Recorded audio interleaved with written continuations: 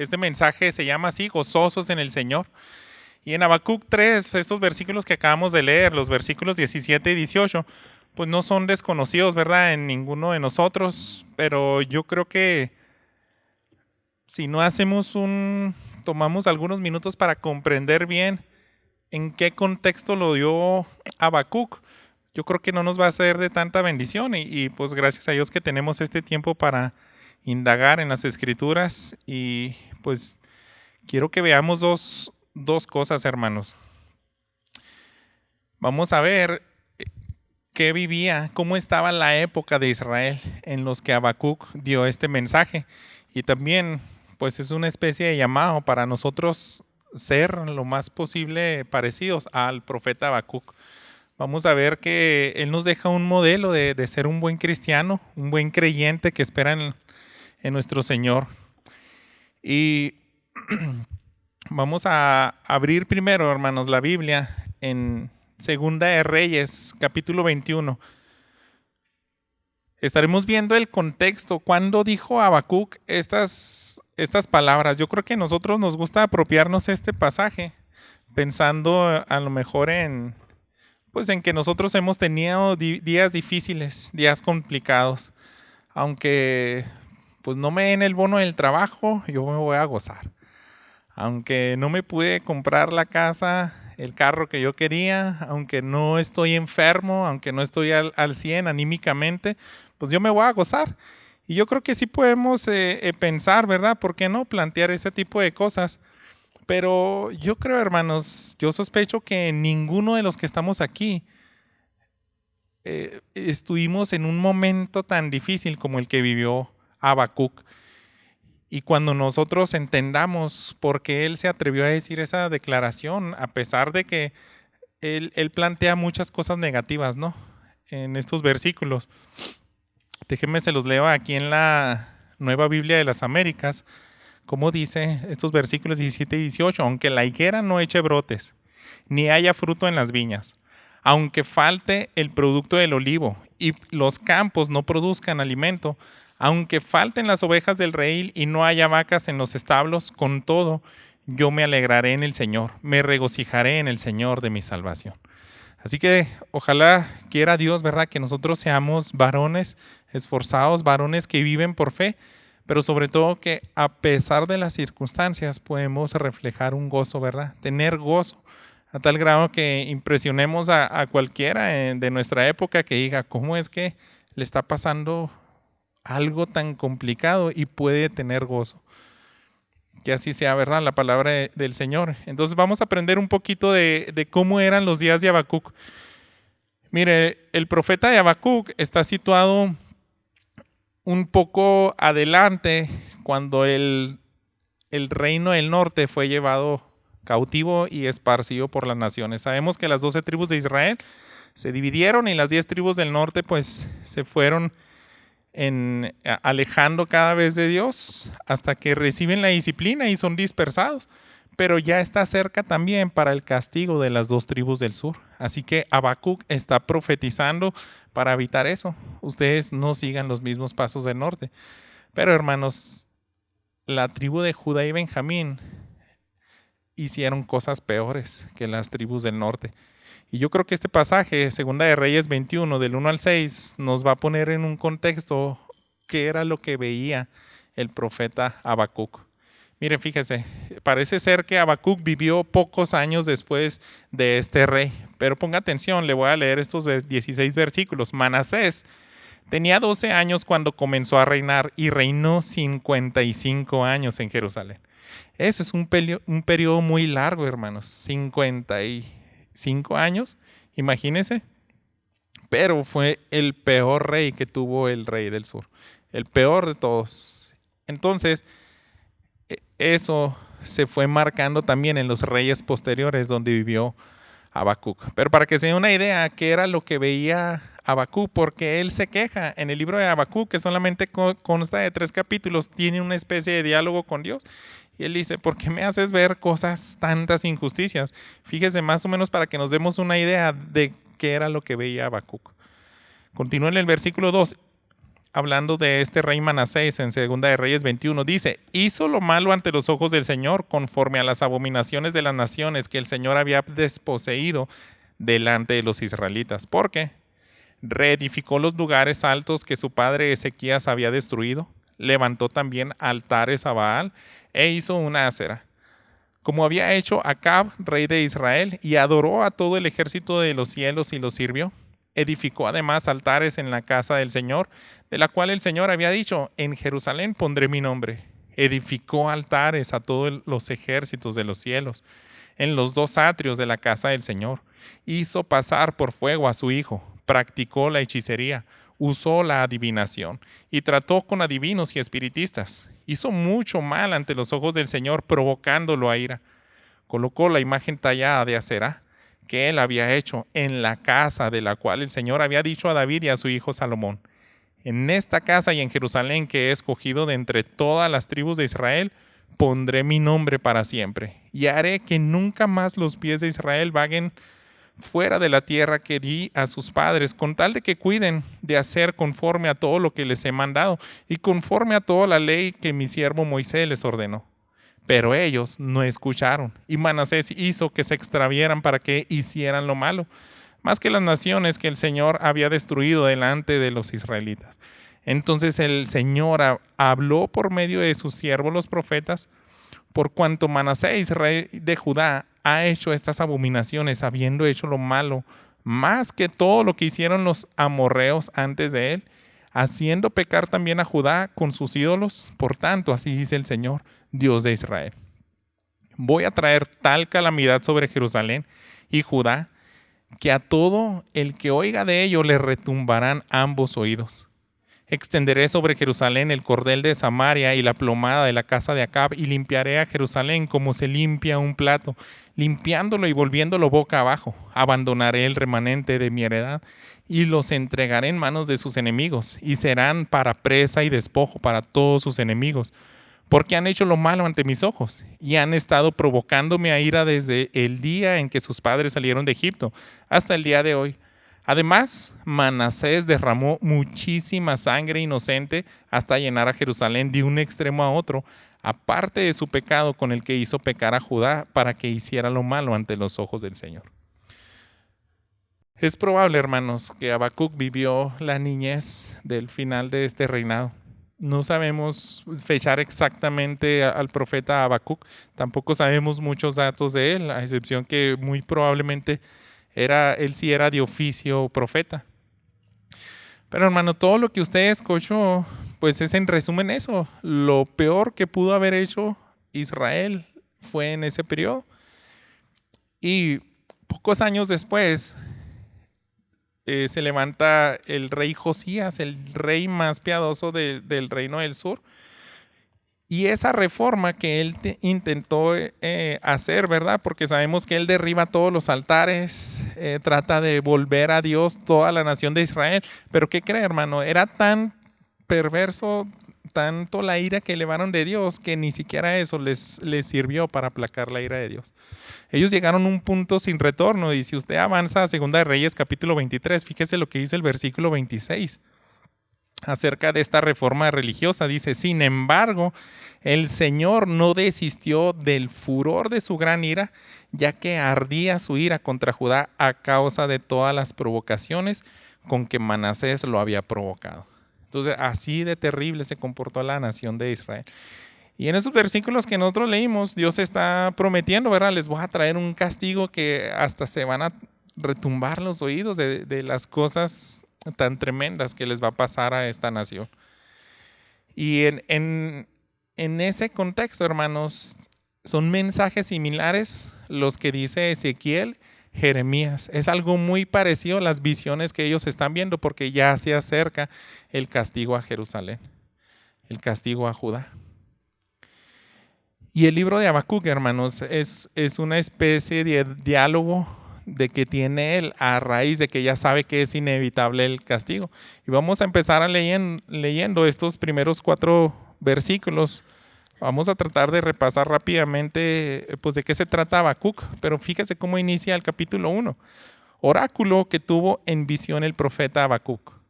¿Hasta cuándo, oh Señor, pediré ayuda y no escucharás? Clamo a ti, violencia. Sin embargo, tú nos salvas. ¿Por qué me haces ver la iniquidad y me haces mirar la opresión? La destrucción y la violencia están delante de mí. Hay rencillas y surge la discordia. Por eso no se cumple la ley y nunca prevalece la justicia. Porque el impío asedia al justo, por eso sale pervertida la justicia.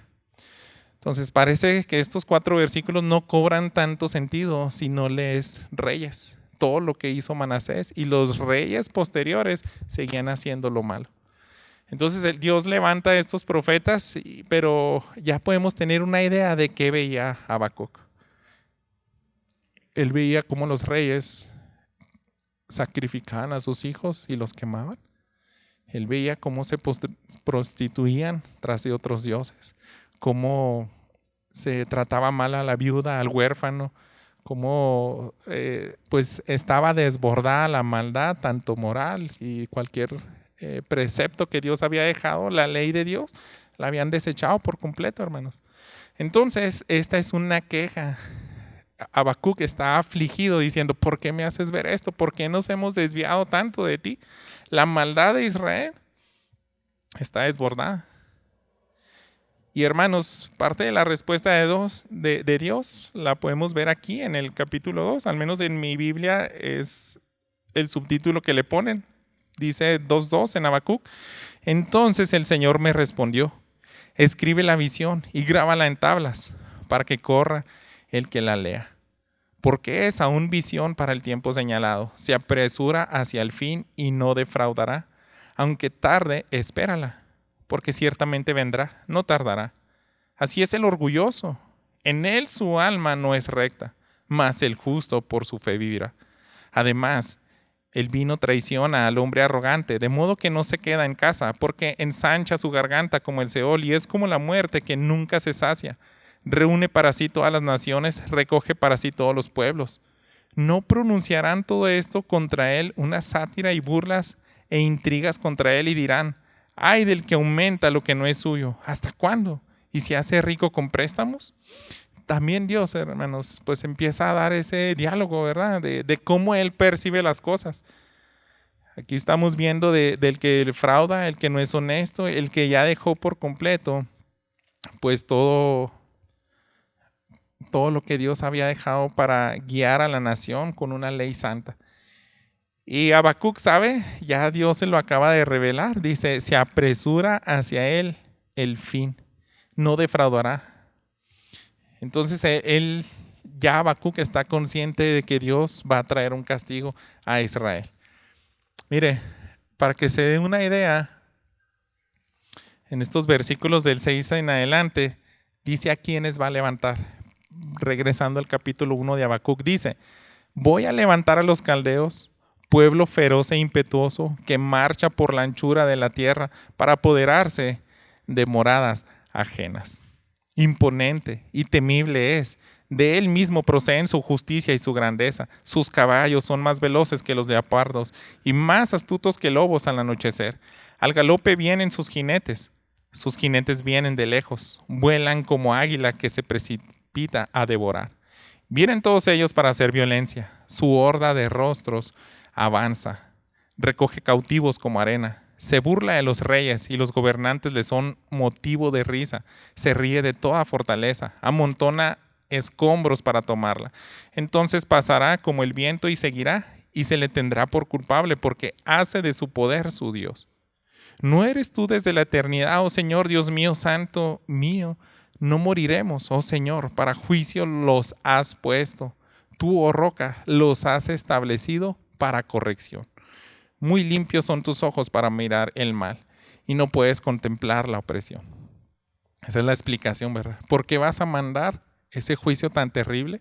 La nación más despiadada que existía en esa época y que cuando leemos los historiadores, el tipo de cosas que ellos hacían, que literalmente ponían ganchos en las bocas de los esclavos y se los llevaban desnudo caminando bastantes kilómetros. Y cosas peores, ¿verdad? Indescriptibles. Dice, esas personas las está levantando Dios para corrección. Entonces Habacuc ya está consciente de que ya viene la disciplina, ya está cerca. Y él está, yo creo, conmocionado. Habacuc, hermanos, está asombrado y le cuesta trabajo que todo esto le va a suceder a su país. Dice, nosotros estamos actuando mal, necesitamos disciplina, ya Dios la va a mandar, pero está usando una nación terrible y perversa para disciplinar al pueblo. Y Habacuc, hermanos, conoce bien cómo ha sido la ira de Dios en el pasado y sabe cómo Dios ha actuado para defender a su pueblo Israel. Y eso es lo que vamos acercándonos ahora hacia el capítulo 3. Avance ahí en el capítulo 3 de Habacuc. Y pues sabemos, ¿verdad?, que a raíz de esa condición de que Dios le dice, este es el castigo que les espera.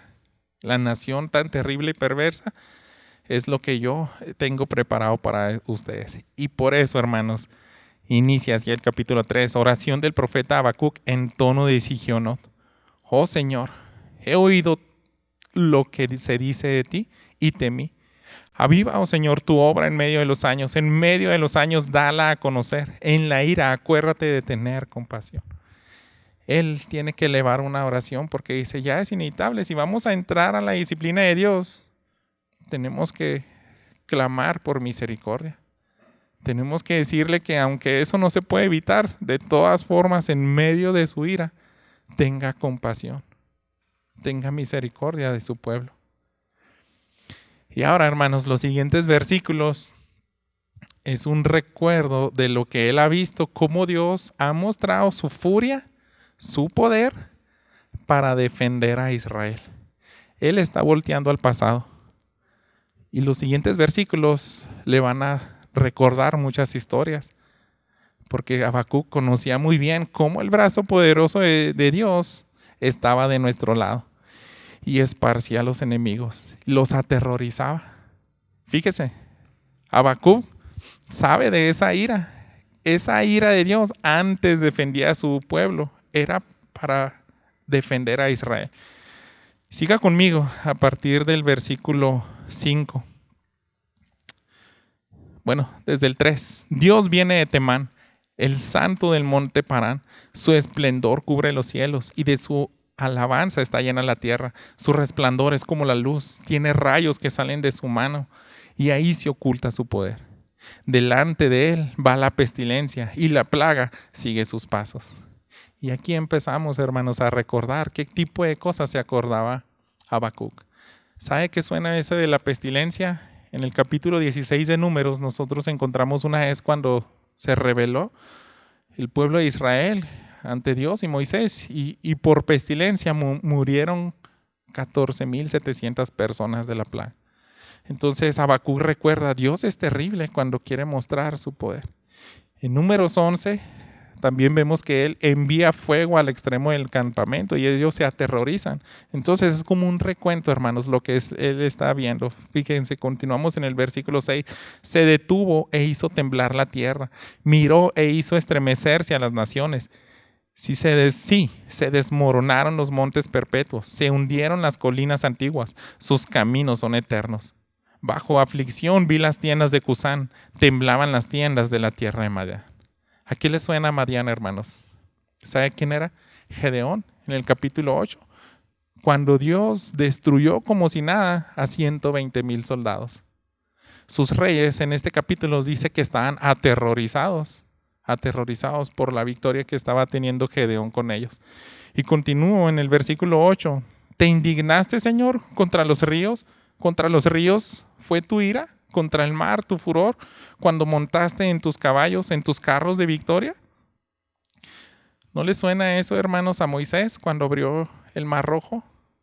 Y a Josué cuando Dios es el que detiene las aguas del río Jordán. Está diciendo, era tanto tu poder que hiciste esos prodigios. Así es de majestuoso nuestro Dios. Continúa en el versículo 9. Tu arco fue desnudado por completo. Las varas de castigo fueron juradas. Con ríos hendiste la tierra. Te vieron los montes y temblaron. El diluvio de aguas pasó. Dio el abismo su voz. Levantó en alto sus manos. El sol y la luna se detuvieron en su sitio. A la luz de tus flechas se fueron al resplandor de tu lanza fulgurante. ¿Recuerda cuando se detuvo el sol, hermanos? Cuando Josué estaba peleando en Gabá. Entonces, póngase en el lado incorrecto. Aquellos, los enemigos de Dios, decía a Josué, tengo que hacer una oración para que Dios detenga el día con tal de que aniquilemos a todos. Y ahí, hermanos, 5 reyes se habían reunido para pelear con Israel porque dijeron, ellos ya destruyeron a los muros de Jericó, están arrasando con todas las naciones porque están tomando la tierra prometida. Y dijeron, pero con nosotros no va a suceder eso. Y hubo un rey que juntó otros 4 y esos 4, hermanos, vieron el poder de Dios a favor de la nación de Israel. Eso está recordando Habacuc, hermano.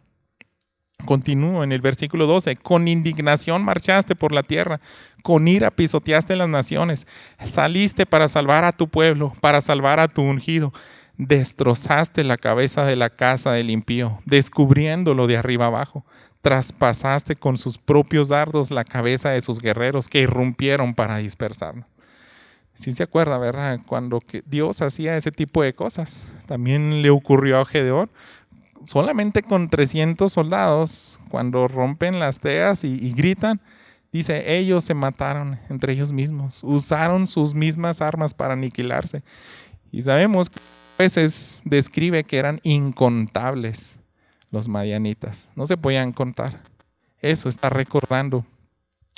Versículo 14. Ahora, hermanos, dice el 15, marchaste por el mar con tus caballos, el oleaje de las inmensas aguas. Está diciendo todas aquellas ocasiones en el pasado donde Dios mostró su ira, su indignación y obró en castigo de aquellas naciones impías. Y era muy suave, ¿verdad? Muy confortador ser un israelita y ver la ira de Dios y el brazo extendido cuando los defendía. Pero ¿sabe qué dice ahora Habacuc, hermanos? Dice, así como nos asombramos de ese poder, pero ahora ese poder viene a castigar la nación de Israel. ¿Y cómo reacciona Habacuc, hermano? Fíjese en el versículo 16, y esta es la segunda cosa que tomemos como punto general de este mensaje. Tenemos que aprender, hermanos, a reaccionar como Habacuc. Y ponga atención porque ahora cuando su entendimiento es abierto y él recuerda bien, medita en lo que Dios ha hecho en el pasado, y yo sospecho que hasta, pues como a los profetas, ¿no? Los transportaba en visiones, a lo mejor vio algo tan claro, todo ese poder. Y fíjese cómo reacciona Habacuc. ¿Qué dice? El versículo 16. Oí y se estremecieron mis entrañas. A tu voz temblaron mis labios. Entra podredumbre en mis huesos y tiemblo donde estoy. Tranquilo espero el día de la angustia, al pueblo que se levantará para invadirnos. Habacuc, hermanos, sabía cómo era la ira de Dios y dice, eso nos espera. Ya es cuestión de tiempo para que nos invada esa nación. Y así, cuando se desborda la ira de Dios y que la vamos a recibir, pues él está, yo creo, a manera de poesía, él escribe, ¿verdad? Se estremecieron mis entrañas, temblaron mis labios. Y hermanos, yo quiero que nos hagamos una pregunta. ¿Alguna vez has temblado porque se te ha revelado la ira de Dios cuando se desborda? Tal vez alguno de nosotros, Dios en su gracia y su misericordia y usando su Espíritu Santo nos ha logrado ver, ¿verdad? Que nosotros íbamos directo al infierno y que no merecíamos de su gracia. Y yo no sé cuántos de nosotros pudiéramos decir, yo creo que comprendo un poquito a Habacuc. Yo sé que es temblar de los terrores de Dios. Yo no sé, hermanos, pero la palabra de Dios también está aquí con algunos propósitos y es bueno meditar en ella. Habacuc está temblando, hermanos. Y nosotros encontramos, ahora vayan a Ezequiel, porque Ezequiel, Jeremías, ellos veían esa clase de visiones, ellos entendían que se estaba acercando. Y fíjense, Ezequiel sí lo describió.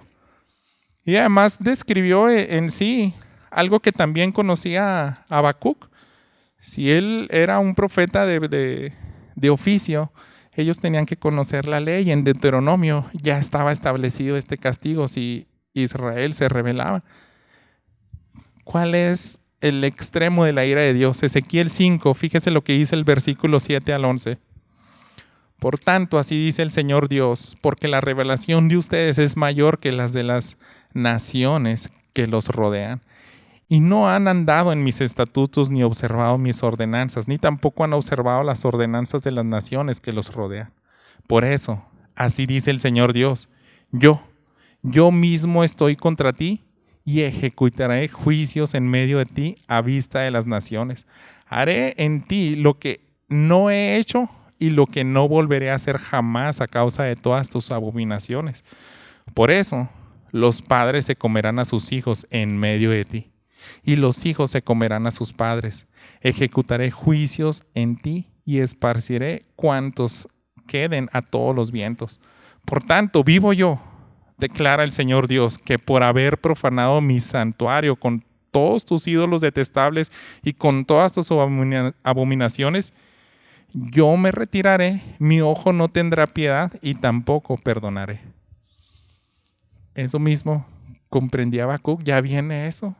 Eso pasó, hermanos. Eso es lo que decía la ley de Moisés, que iba a llegar también el castigo de Dios a tal grado que se iban a comer a sus hijos.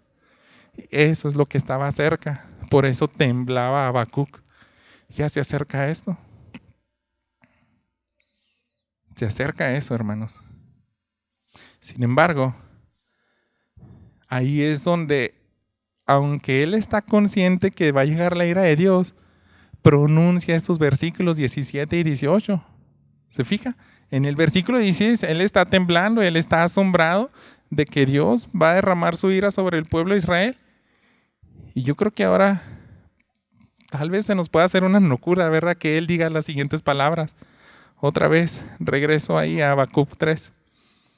Aunque la higuera no eche brotes, ¿por qué?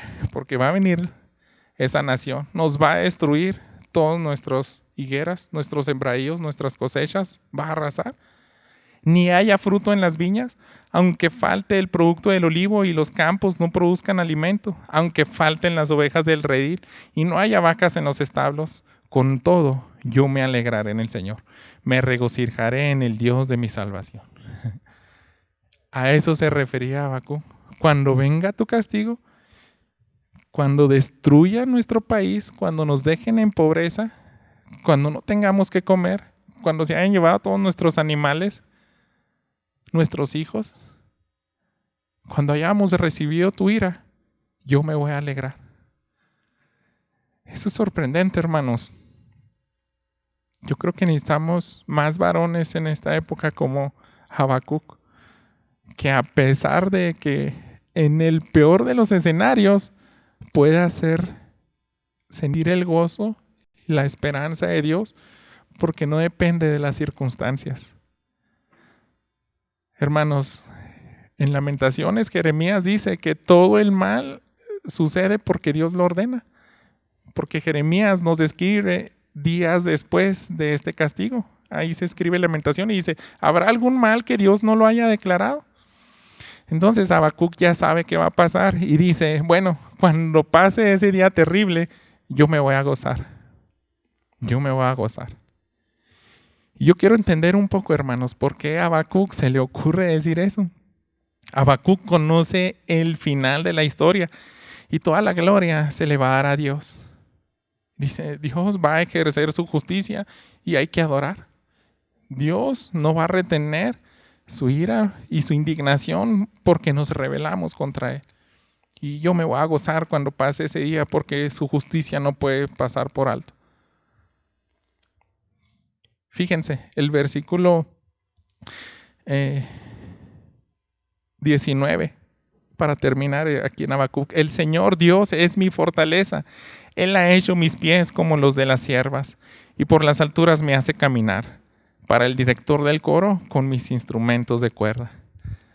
Esta oración, hermanos, lo más increíble es que al parecer Habacuc quería que se convirtiera en una canción que le esté recordando que se debe de gozar, aun cuando Dios derrame su ira. Y yo creo que lo deja, ¿verdad? Dice, para el director del coro. Son como instrucciones para que todo Israel, todo aquel que no ha perdido la esperanza en que Dios es el soberano, el que gobierna, el que restaura la nación de Israel, tenemos que gozarnos también cuando Él manifiesta su ira. Hermanos, mire, vamos a regresar a Ezequiel. Aquí en Ezequiel, en el capítulo 9, nos recuerda de que siempre hay un remanente fiel. Ezequiel también sabía de que la ira de Dios se iba a desbordar. Él habla esto, se menciona tantas veces en su libro de Ezequiel: me van a conocer cuando yo ejerza mi ira. También dice, me van a conocer cuando vean que aún así también derramo gracia y misericordia. Y esta mezcla, hermanos, se ve aquí en el capítulo 9, los versículos 4 al 6. Fíjense, en medio de esa misma época, porque era contemporáneo de Habacuc y Ezequiel, dijo lo siguiente a partir del versículo 4. El Señor le dijo, pasa por en medio de la ciudad, por en medio de Jerusalén, y pon una señal en la frente de los hombres que gimen y se lamentan por todas las abominaciones que se cometen en medio de ella. Pero oí que a los otros les dijo, pasen por la ciudad en pos de él y hieran, no tengan piedad su ojo, no perdonen, maten a viejos, jóvenes, doncellas, niños y mujeres hasta el exterminio, pero no toquen a ninguno sobre quien esté la señal. Dios, hermanos, tiene bien distinguido quién es temeroso de Dios. Y dice, ellos no van a recibir mi ira. Los que se rebelaron, no tengan piedad. La nación de los caldeos, el rey Nabucodonosor, está para eso. Pero los que temen a Dios, los que se indignaron de todas las abominaciones, a ellos no los van a tocar. Y ahí, hermanos, yo veo que Habacuc está en esa lista, con una señal para, aunque le va a tocar ver, derramar la ira de Dios, así como Jeremías, como Daniel. Daniel, yo creo que vio el asesinato de sus padres, de sus hermanos, y a él lo llevaron cautivo a Babilonia, pero no lo tocaron. Él llegó a ejercer ese ministerio de profeta allá en Babilonia. Y hermanos, quiero llegar a las aplicaciones. Tal vez tú estés pensando, pues no se parecen tanto los días de Habacuc a los de nosotros. Pero yo creo que no estamos tan lejos, hermanos. Aquí la pregunta sería, hermanos, si nosotros nos estamos indignando por el tipo de cosas que vemos. Y podemos pensar en lo siguiente: ¿te indigna la falta de santidad y compromiso en la iglesia? Y yo creo que cada uno de nosotros lo va a percibir diferente, ¿verdad? Gracias a Dios que hay hermanos fieles. Gracias a Dios que hay jóvenes, niños, hermanas, ancianitos que son fieles y se indignan también de la maldad de este mundo. Porque, hermanos, hay quienes no se indignan, son indiferentes ante tanta cosa que estamos viendo, la maldad, cómo se está desbordando, cómo se introduce a las iglesias. ¿Te enferma ver tanta injusticia? Maldad moral desbordada. Hoy en la mañana, hermanos, me dio tanta vergüenza porque estaba con un hermano y le estaba diciendo, mira un libro cristiano, y pues saqué mi celular y me salió pornografía al buscar un libro cristiano. Sentí tanta vergüenza y dije, ¿cómo? ¿Qué va a pensar este hermano? Pues no sé si yo, porque soy programador y sé de sistemas, sé que a lo mejor a veces te sigue los robots y saben que si procuras eso te van a sacar eso, pero no sé, es algo que yo siempre cuido. Y cómo es posible que al buscar un libro cristiano me salió algo así. Entonces yo digo, está desbordado. Donde quiera que volteas hay tanta maldad, hay tanta perversidad. ¿Te indigna eso?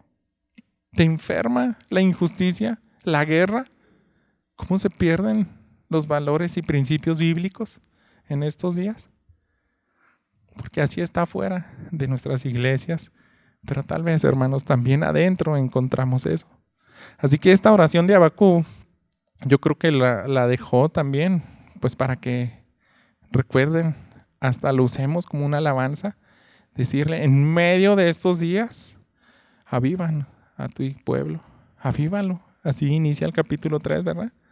La maldad se está desbordando, el juicio, por ejemplo, en 1 de Pedro 4:17 dice, debe de comenzar por la casa de Dios. Mire, vamos a ir para que vea que no, tal vez suene un poco pesimista este mensaje, pero debemos de ser al mismo tiempo, hermanos, realistas. 1 de Pedro 4:17 dice lo siguiente, porque es tiempo de que el juicio comience por la casa de Dios. Y si comienza por nosotros primero, ¿cuál será el fin de los que obedecen al Evangelio de Dios? ¿Desobedecen el Evangelio de Dios? Entonces Pedro sabía, la ira de Dios también se puede manifestar para disciplinar a la iglesia. Es una ira distinta, hermanos. En el creyente es para volvernos a Él. Pero dice, para el injusto es para destruirlos. No se compara. Si la de nosotros que vamos a recibir como pueblo de Dios es algo difícil de asimilar. Pero hay de los que no son sus hijos. Y así lo vivió la nación de Israel, hermanos. Habacuc. Y yo creo, hermanos, que también este libro, el profeta Habacuc, se nos deja para anhelar el regreso del Señor. Porque, hermanos, nosotros también tenemos esa promesa de que Dios va a derramar su ira aquí en esta tierra. Va a separar el trigo de la cizaña. Y es algo extraño, ¿no? Gozarte por eso. Pero yo creo que Habacuc está muy, muy centrado en ver la gloria de Dios, en ver la restauración de Israel, en ver la purificación de su pueblo, en ver que la injusticia se iba a terminar. Nosotros, hermanos, tenemos un pasaje como el de Apocalipsis 19. Vaya ahí, es la última cita que veremos. Apocalipsis 19. Quiera Dios que pues seamos más conscientes de que esto va a venir. Esto va a ocurrir, hermanos. Es uno de los versículos que quiero que memoricen mis hijos.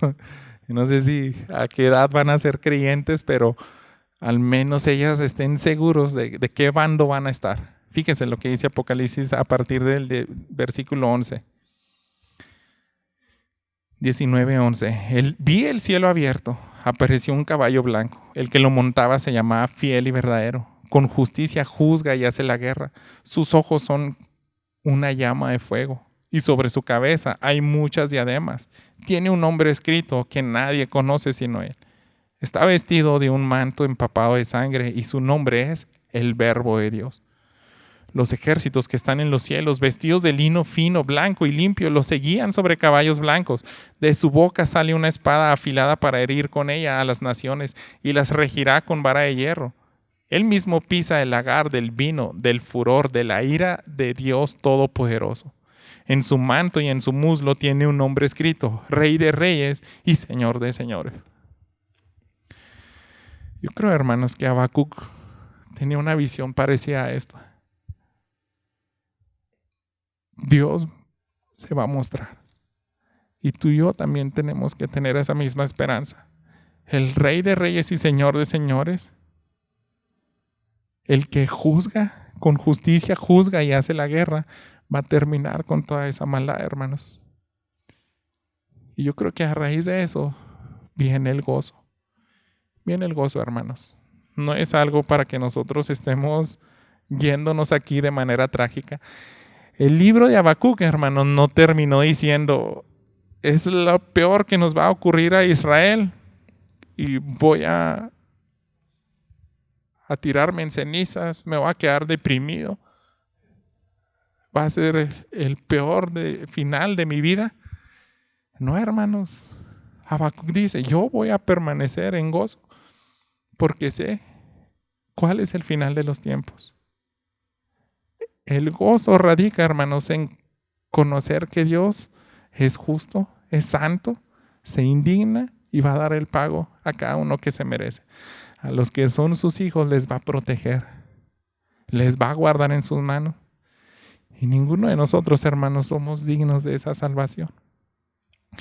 Hoy en la mañana platicaba con Ulises que me da un poco de vergüenza decirlo, pero creo que nunca había reflexionado qué tan afortunado soy, porque le dieron un reconocimiento a mi padre que duró 55 años de ministerio como pastor. Y yo digo, válgame, yo soy hijo de una persona así. Y, o sea, si Dios no hubiera alcanzado a mi padre, y platicaba con otro hermano porque fue el primero en el pueblo que él sospecha, él y una tía eran los únicos dos cristianos. Y yo digo, pues sí, ¿por qué te crees tanto de ver que tú ya eres pastor, que conoces a Cristo desde niño? Pero digo, no, la gracia de Dios se derramó hasta una generación antes de mí. No lo merecía, hermanos, ni ninguno de los que estamos aquí. Merecíamos tanta gracia y tú y yo vamos a ser librados de la ira de Dios. Por eso debemos de gozarnos. Hay que gozarnos, hermanos, aunque veamos la iglesia adormilada, aunque nuestras propias vidas no estén tan prendidas por el fuego del Espíritu Santo. Hay que recordar esto, hermanos. Debemos de gozarnos en los días más difíciles que, pues al parecer ya estamos en ellos, ¿verdad? Así dice la Escritura. Al final de los tiempos, el amor de muchos se enfriará. Y quiera Dios que hayan más varones como Habacuc, que nos vayamos a nuestras casas, a nuestros hogares y se distinga. Mi papá está medio loco cuando es los peores días. Lo veo cantando, lo veo gozándose, alabando a Dios. Pero es por esto, hermanos, porque el gozo proviene de nuestro Señor, de su palabra, de que Él escribió el fin de la historia y se va a cumplir. No de las circunstancias. Te puede pasar lo peor, que yo sospecho que no va a ser ni lo mínimo a lo que ya pasó a Israel en ese entonces. Así que, hermanos, yo creo que hay que orar porque necesitamos más varones así como Habacuc. Si está de acuerdo conmigo, ¿qué le parece si entonamos otra vez este himno, el 399? Vamos a volver a cantar este canto, póngase de pie y cántelo de todo corazón, anhelando, porque también será un trabajo de los profetas, llamar al arrepentimiento, predicar que viene la ira de Dios y hay que arrepentirse. Solamente así se puede tener el gozo de lo que vamos a cantar, ¿verdad? Con esto terminamos, hermanos.